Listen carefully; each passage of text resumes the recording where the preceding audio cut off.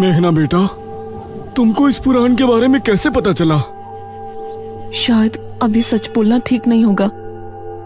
मुझे माफ कीजिएगा अंकल, मैं एक रात यहाँ अकेले आई थी, तभी मैंने उस चाबी को रखे देखा था, लेकिन वो उस तहखाने की है ये मुझे नहीं पता था।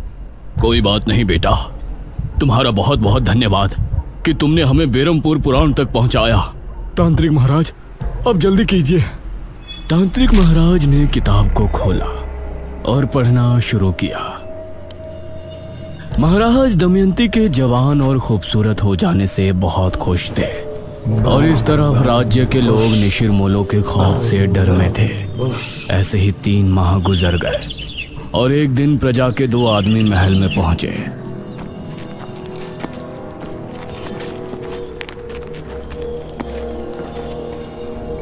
महाराज, आपके सिपाहियों ने हमारे गांव के 4 निशिर-मोलों को मार दिया और उस मुर्दे को लेकर आपके पास चले आए।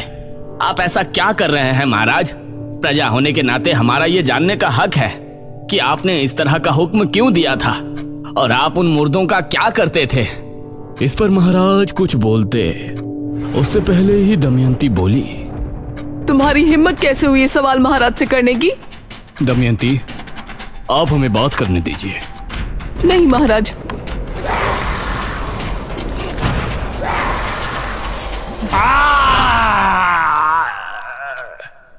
ये क्या? कौन हो तुम? दमयंती, एक डायन। ये सुनकर सभी हैरान और खौफ में थे। महाराज का भी शरीर थर थर कांप रहा था। तो आपने हमसे विवाह क्यों किया? क्यों प्रेम का खेल रचाया हमारे साथ? मैं ये पति पत्नी के किसी धर्म को नहीं मानती। मैंने जो कुछ भी किया सिर्फ इसलिए किया कि मुझे समय पर मुर्दों का खून मिलता रहे और उसी से मैं अपनी उम्र को 1000 साल बढ़ा लूं। क्या? ये क्या कह रही है पिताश्री? हाँ, यही सच्चाई है और इस काम में तुमने मेरी मदद की, इसलिए मैं तुमको छोड़ रही हूँ। अब निकल जाओ दोनों पिता और पुत्री यहाँ से। इस राज्य पर अब सिर्फ मेरा राज होगा, डायन दमयंती का। ये कहकर दमयंती ने अपने हाथ की एक उंगली महाराज की तरफ की और तभी राजकुमारी और महाराज इस तरह से महल से बाहर पहुंच गए जैसे किसी अदृश्य शक्ति ने उन्हें फेंका हो। अब दमयंती सिंहासन पर बैठ गई थी। उसने एक मांत्रिक को भी अपनी शक्तियों को बढ़ाने के लिए महल में रख लिया था, जो दिन और रात बस एक कमरे में बंद काली दुनिया के मंत्रों का जाप करता रहता था। महाराज और राजकुमारी भी बहुत परेशान थे। वो एक पहाड़ी पर छिपे बैठे थे। अब हम क्या करें? हमने अपने राज्य को भी मुसीबत में डाल दिया और खुद भी फंस गए। पिताश्री, आपने बहुत बड़ी गलती की है और हमें किसी भी तरह से इससे निपटना पड़ेगा। महाराज ने कुछ सोचा, फिर बोले, हमें ब्राह्मण जी से मिलकर बात करनी चाहिए। अब वो ही हमारी सहायता कर सकते हैं।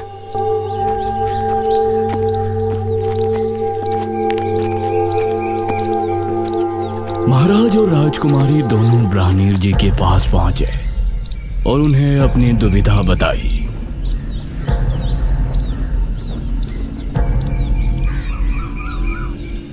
महाराज, दमयंती को मारना नामुमकिन है।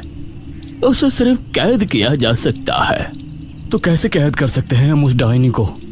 पूर्णमासी की रात, मध्य रात्रि के पहर अगर उसके ऊपर तांबे के चाकू से हमला किया जाए तो उसकी शक्तियां खत्म हो जाएंगी और अगर सुबह होने से पहले उसे अगर जमीन में गाड़ दिया जाए तो वो अगले कई सालों के लिए कैद होकर रह जाएगी। ठीक है ब्राह्मण जी, हम उसे खत्म करने का एक प्रयास अवश्य करेंगे। नहीं महाराज, यह कार्य केवल एक महान कोमल हृदय और वीर स्त्री कर सकती है। एक ऐसी स्त्री जिसकी वजह से 100 से ज्यादा लोगों की जान जाने से बची हो। मतलब वो इतना पुण्य करने वाली हो कि उसकी वजह से 100 से ज्यादा लोग मौत के मुंह से लौटकर वापस आए हो और अब अच्छे से अपनी जिंदगी जी रही हो। हे भगवान, अब ऐसी स्त्री हम कहाँ ढूंढेंगे? इस पर ब्राह्मण जी ने मेघालय की तरफ देखा और बोले, वो स्त्री कोई और नहीं है, वो तो आप ही है पुत्री, राजकुमारी मेघालय। यह सुनकर मेघालय ने महाराज की तरफ देखा और बोली, लेकिन हम कैसे? याद कीजिए महाराज, जब आपके राज्य में महामारी फैली थी तो राजकुमारी मेघालय ही यहाँ उस बीज को सिद्ध कर लाई थी जिससे मृत्युंजय अमृत का पेड़ उगा, और उसकी वजह से सैकड़ों नहीं बल्कि राज्य के हजारों लोगों की जान जाने से बची। यह सुनकर महाराज ने राजकुमारी मेघालय की तरफ देखा। राजकुमारी, अगर आप ना होती तो अभी तक हम सिर्फ उस स्त्री को ढूंढ रहे होते जिसने इतने पुण्य का कार्य किया हो। ब्राह्मीर जी, अब बताइए कि अगली पूर्णमासी कब है और उस डायन को हमें कैसे काबू करना है? दमयंती हर पूर्णमासी की रात शमशान भूमि पर बैठकर सुबह होने तक एक महामंत्र का जाप करती है। आधी रात के समय जब वो जाप में लीन होगी तो उस पर हमला करने का वही उचित समय होगा। उस पर हमला करने से पहले तुमको एक मंत्र पढ़ना होगा और बिना देर किए उस पर वार कर देना। ठीक है ब्राह्मीर जी, इस पूर्णमासी की रात दमयंती के जुल्म की आखिरी रात होगी। दमयंती बहुत खुश थी और पूरे राज्य की प्रजा पर उसका प्रकोप बरस रहा था। कोई भी उसके खिलाफ खड़े होने की हिम्मत नहीं कर सकता था। वो अपनी शक्तियां बढ़ाने के लिए हर माह कितने लोगों को अपना शिकार बनाती थी। कुछ दिन ऐसे ही गुजर गए।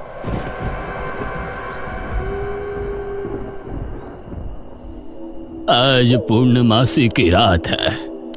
आज आपको अपने कार्य को अंजाम देना है राजकुमारी। यह कहते हुए ब्राह्मणीर जी ने राजकुमारी को एक चमड़े की लपटी दी और फिर ब्राह्मणीर जी का आशीर्वाद लेकर महाराज और राजकुमारी शमशान की तरफ रवाना हुए।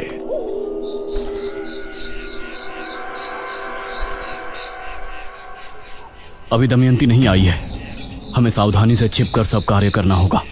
राजकुमारी, तुम उसे खत्म तो कर पाओगी ना? पिताजी, आप फिक्र मत कीजिए, हम कर लेंगे। अपनी प्रजा को बचाने के लिए हमारे प्राण भी चले गए तो हमें कोई संकोच नहीं होगा। आधी रात के पहर इनको घोड़ों की टोपों की आवाजें आने लगी। लगता है वो आ रही है। तभी एक रथ शमशान भूमि पर आकर रुका और दमयंती उससे बाहर उतरी। जाइए और सुबह होने से पहले वापस आ जाइएगा। यह सुनकर रथ वाला वहां से चला गया। पिताजी, आप यहीं रुककर इंतजार कीजिएगा। दमयंती एक घर में बैठकर आंखें बंद करके मंत्र जाप करने लगी। इस तरफ ब्राह्मणीर जी भी आंखें बंद किए मेघालय की सफलता के लिए प्रार्थना कर रहे थे। आधी रात के समय धीमे कदमों से राजकुमारी दमयंती की तरफ रवाना हो गई। दमयंती बहुत ही शांत भाव से जाप कर रही थी। राजकुमारी ने उसके पास जाकर मन में वो मंत्र पढ़ा जो ब्राह्मणीर जी ने उसे बताया था, लेकिन दमयंती की शक्तियों की वजह से उसने राजकुमारी के मन की आवाज सुन ली और उसने आंखें खोली।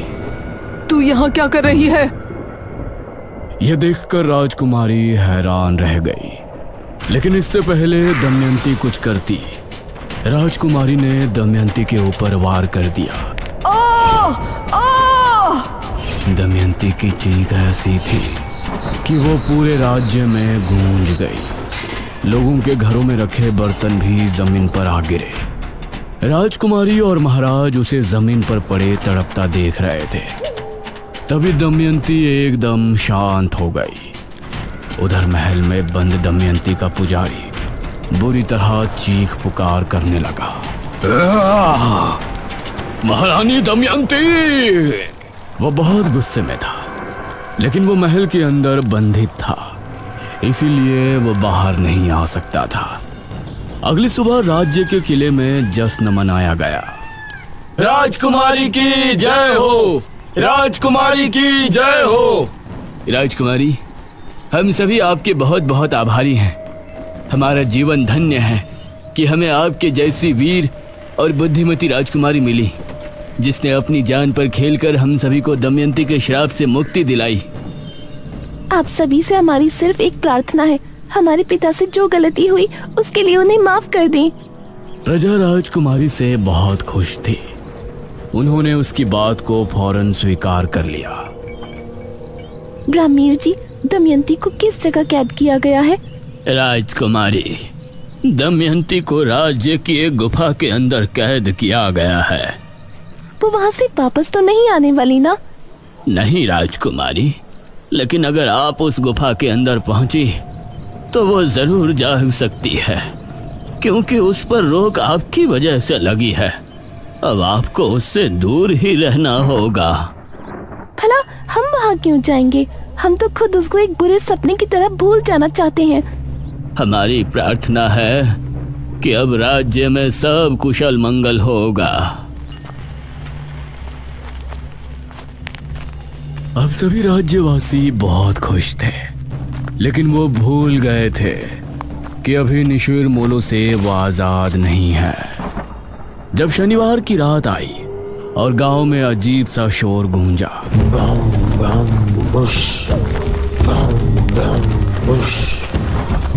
तो उसे सुनकर सभी की रूह कांप उठी।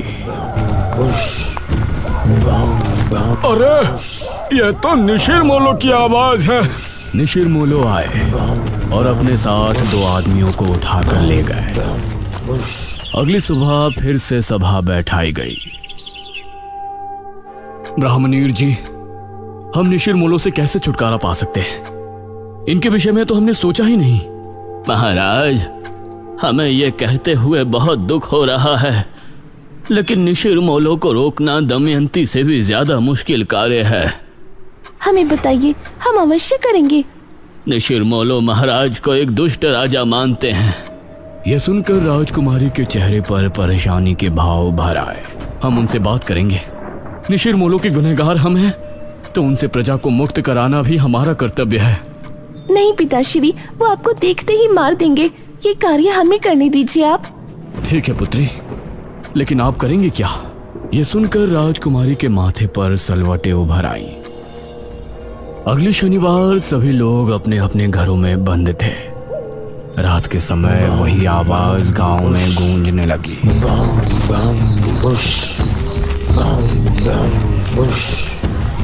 निशिर मोलो के खौफ से सभी के दिल दहल उठे थे।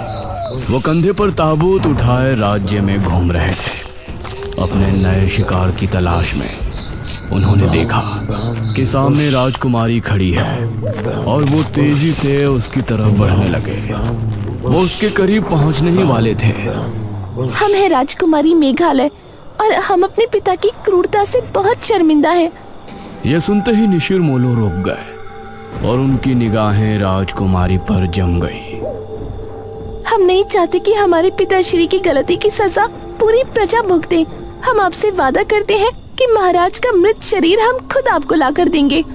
यह सुनकर निशिर मोलो की आंखें तेज लाल होकर चमकने लगी। राजकुमारी ने हाथ जोड़े और रोते हुए बोली, हमारे पिता राज्य छोड़कर भाग चुके हैं, लेकिन हम आपके सामने अपने पिता की लाश लेकर जल्दी प्रस्तुत होंगे। तब तक आपसे विनती है कि राज्य में कभी भी आकर किसी निर्दोष को उठाकर न ले जाएं। अगर हम अपने पिता की लाश लिए बिना वापस आए तो आप लोग फिर वापस आकर इसी तरह से गश्त करना शुरू कर सकते हैं।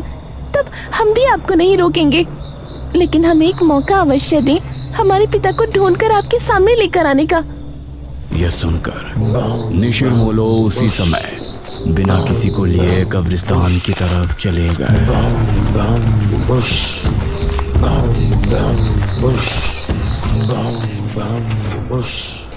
अगली सुबह सभी लोग महाराज और राजकुमारी के सामने प्रस्तुत थे। राजकुमारी, आपने उनसे ये क्यों कहा कि हम राज्य छोड़कर जा चुके हैं? क्योंकि अगर सच बोलते तो वो उसी समय यही चाहते कि हम आपको ले जाकर उन्हें सौंप दें। आपने एकदम सही फैसला किया है राजकुमारी। हमारी वजह से हमारी प्रजा मुसीबत में है। आप हमें मारकर हमारी लाश निशिर मोलो के सामने प्रस्तुत करें। यह सुनकर प्रजा हैरान थी। सभी राजकुमारी की तरफ देख रहे थे, जिसकी आंखों से आंसू बह रहे थे।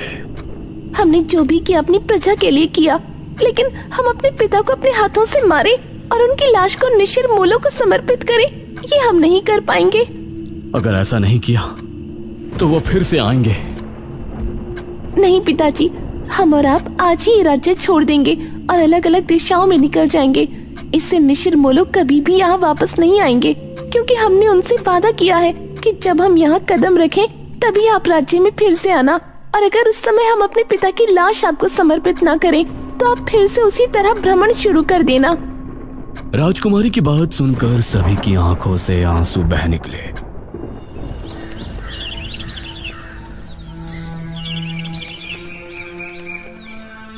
उसके बाद राजकुमारी और महाराज ने उसी दिन राज्य छोड़ दिया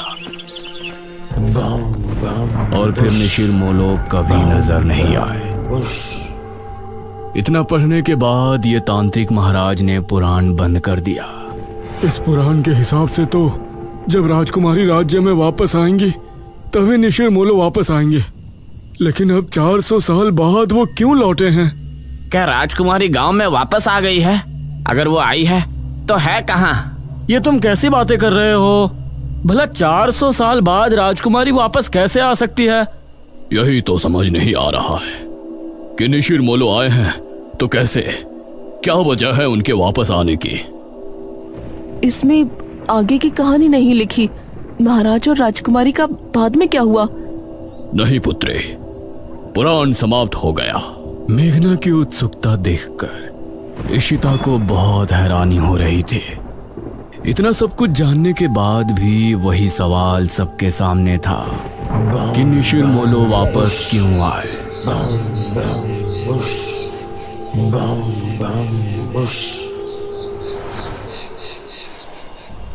रात के समय इशिता और मेघना जब कमरे में थे तो मेघना अभी भी सोच में डूबी थी।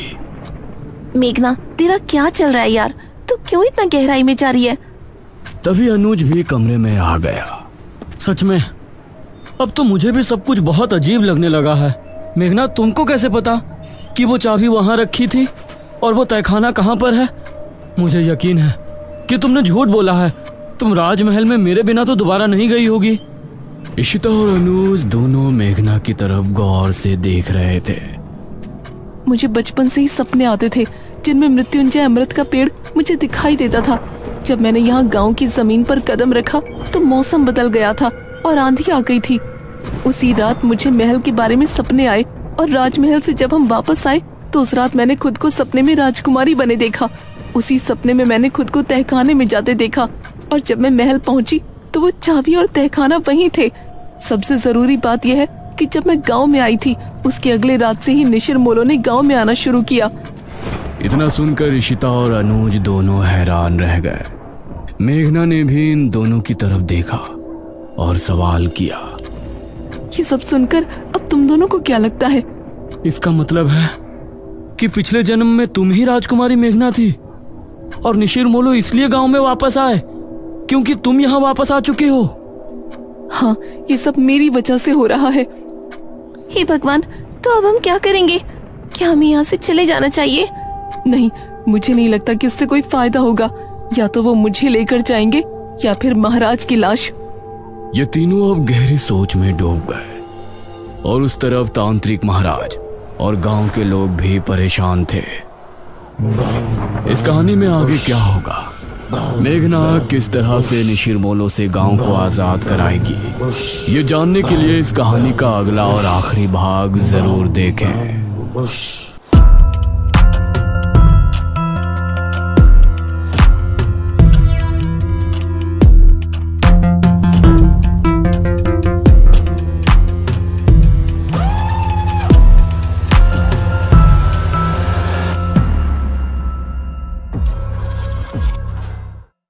तो दोस्तों, कैसी लगी आपको ये कहानी?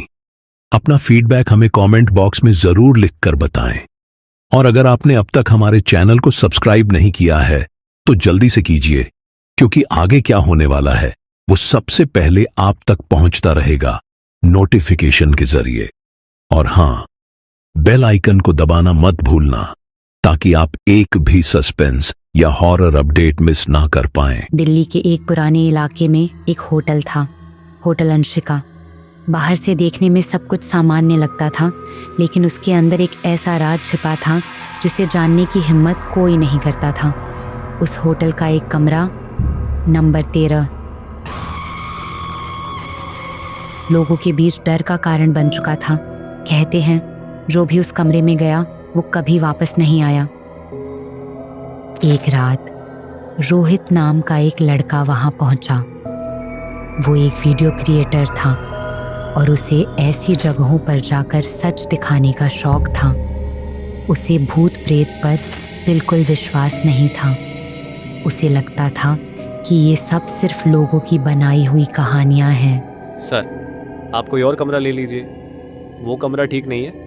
वहाँ पहले भी अजीब घटनाएं हो चुकी हैं। लोग रात में चिल्लाते हुए सुने गए हैं। प्लीज़ सर, मेरी बात मान लीजिए। तो आज हम हैं उस कमरे में जिसे लोग भूतिया कहते हैं। सच क्या है ये आज पता चल जाएगा। रात गहराती गई और जैसे ही घड़ी ने 12 बजाए, माहौल अचानक बदलने लगा। कमरे की लाइट टिमटिमाने लगी और दरवाज़ा अपने आप बंद हो गया। हवा ठंडी हो गई, जैसे कोई अदृश्य चीज़ कमरे में मौजूद हो। रोहित धीरे धीरे शीशे के पास गया, लेकिन जैसे ही उसने खुद को देखा, उसकी सांसें थम गई। कौन है वहां? ये क्या है? कोई है यहां? उसके पीछे एक परछाई खड़ी थी। जब उसने पीछे मुड़कर देखा, वहां कोई नहीं था, लेकिन डर अब उसके अंदर घर कर चुका था। अचानक कैमरे में अजीब आवाजें आने लगी। तुम यहाँ क्यों आए? तुम्हें नहीं आना चाहिए था। अब तुम भी यहीं रहोगे हमेशा के लिए। रोहित ने स्क्रीन की तरफ देखा और उसकी चीख निकल गई। बचाओ बचाओ बचाओ बचाओ! कैमरे में एक लड़की दिखाई दे रही थी जो उसके बिल्कुल पीछे खड़ी थी। उसकी आंखें काली थीं और चेहरा खून से भरा हुआ था। अगली सुबह जब होटल का मैनेजर डरते हुए दरवाजा खोलता है तो कमरा खाली मिलता है। रोहित कहीं नहीं होता, बस उसका कैमरा जमीन पर पड़ा होता है, जिसमें आखिरी रिकॉर्डिंग चल रही होती है। वीडियो में रोहित चीख रहा होता है, बचाओ बचाओ बचाओ बचाओ! और उसके पीछे वही लड़की खड़ी मुस्कुरा रही होती है। इसके बाद कैमरा अपने आप बंद हो जाता है। आज भी कमरा नंबर 13 खाली है, लेकिन कहते हैं रात के 12 बजे वहां से आज भी चीखें सुनाई देती हैं।